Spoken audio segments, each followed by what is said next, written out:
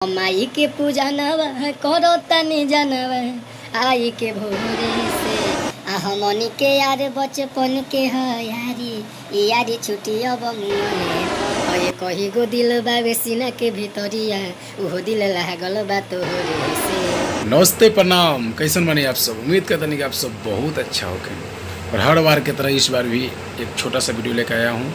उम्मीद है कि आप सब वीडियो में लास्ट तक बने रहेंगे और संजय साहब ऑफिशियल में हर बार की तरह इस बार भी आप सबको वेलकम है, स्वागत है। तो वीडियो स्टार्ट करने से पहले मैं आप सबको बताना चाहता हूँ कि हई जौन गाना आप सब देखता नहीं, सनी पांडे जी के गाना बा दोस्ती, जो उनकी इंस्टा पे और हर जगह काफ़ी वायरल चलता। और हई गाना आप सब देखता नहीं विजय चौहान जी के, दोनों गाना एकदम काफ़ी चर्चा में के विषय बनल बा अभी के डेट में।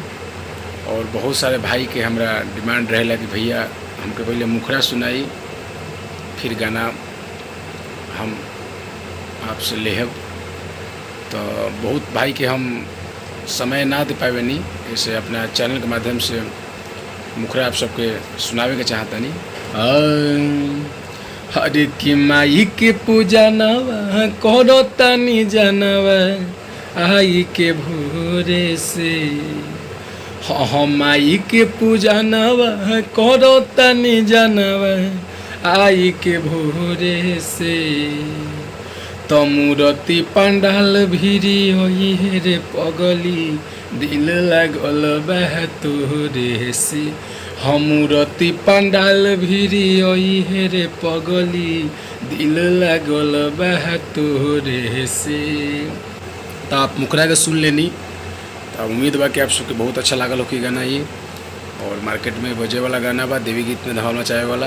ये गाना के अंतरा भी पूरे फाइनल बा, पहला अंतरा लास्ट अंतरा। तो ये गाना के सबसे पहले लेवे खातिर आप सब स्क्रीन पर दिए गए नंबर पे संपर्क कर सकता नहीं। और सबसे पहले जे भाई नया सिंगर या पुराना सिंगर संपर्क करी उन्हीं के पास ये गाना जाई, और फिर मिलता नहीं कोई दूसरा नेक्स्ट गीत में। आप सब हमारे चैनल पर नया बनी तो सब्सक्राइब करी, लाइक करी, कमेंट करी, और पुराना बारी सब्सक्राइब कर ले बानी तो आप सबको दिल से धन्यवाद। आप सब ऐसी प्यार आशीर्वाद देते रही।